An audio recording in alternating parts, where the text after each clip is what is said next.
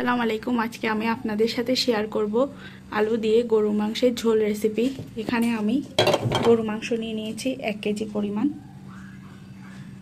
আলু নিয়ে নিয়েছি, এখানে পেঁপে বাটা, এখানে রসুন আর আদা বাটা, এখানে আমি পেঁয়াজ বেরেস্তা করে ব্লেন্ড করে নিয়েছি।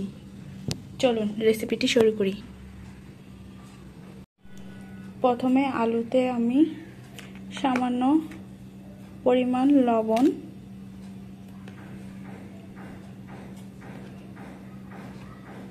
সামান্য পরিমাণ হলুদ দিয়ে ভালো করে মিক্স করে ফ্রাই করে নেব।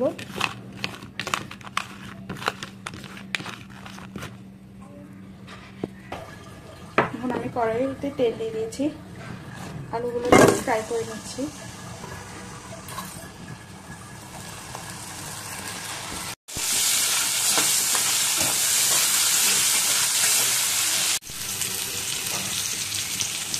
আলু ভাজা হয়ে গেছে, এখন আমি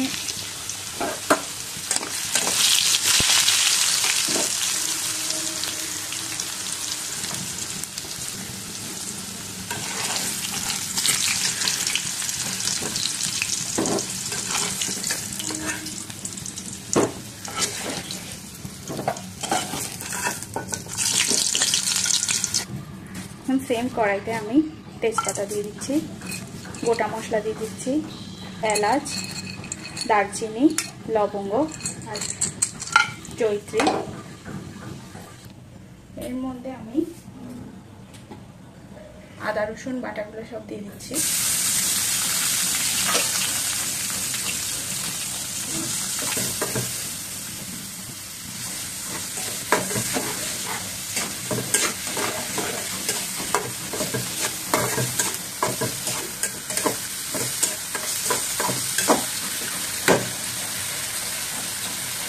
পেঁপে বাটাগুলোও দিয়ে দিলাম।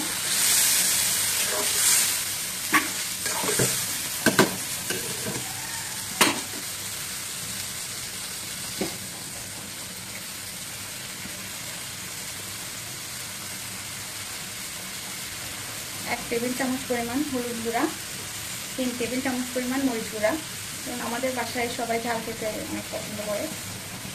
তারপর এখানে আমি ধনিয়া, জিরা আর মৌরি একসাথে ব্লেন্ড করে নিয়েছি, এগুলো দিয়ে দিয়েছি 2 টেবিল চামচ।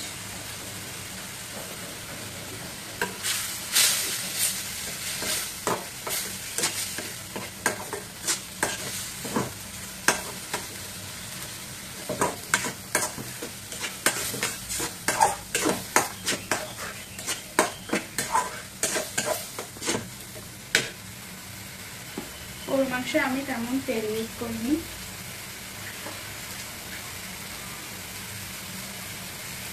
সামান্য পরিমাণ পানি দিয়ে দিলাম, মশলা না হয় পুড়ে গেলে পিটো হয়ে যাবে।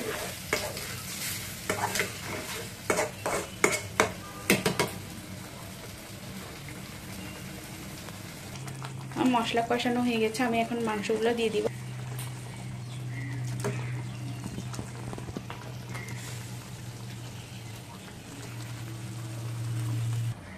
এখন মাংসগুলো মশলার সাথে ভালো করে মিক্স করে নিতে হবে। এর উপর বেরেস্তা, পেঁয়াজ বেরেস্তাগুলো সব দিয়ে দিলাম।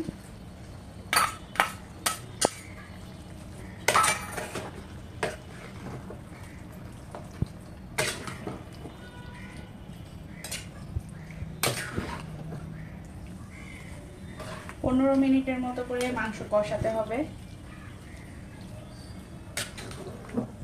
মাংস যত কষবে মশলার সাথে ততই মাংসের স্বাদ বাড়বে। এরপর আমি স্বাদ মতো লবণ দিয়ে দিচ্ছি।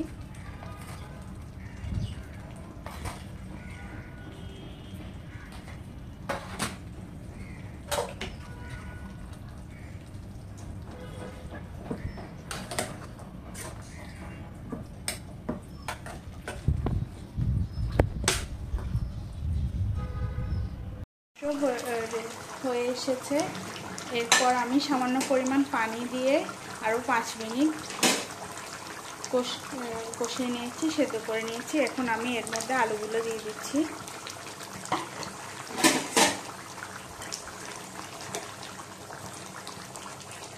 এরপর আমি আরও 5 মিনিট বসিয়ে রাখবো।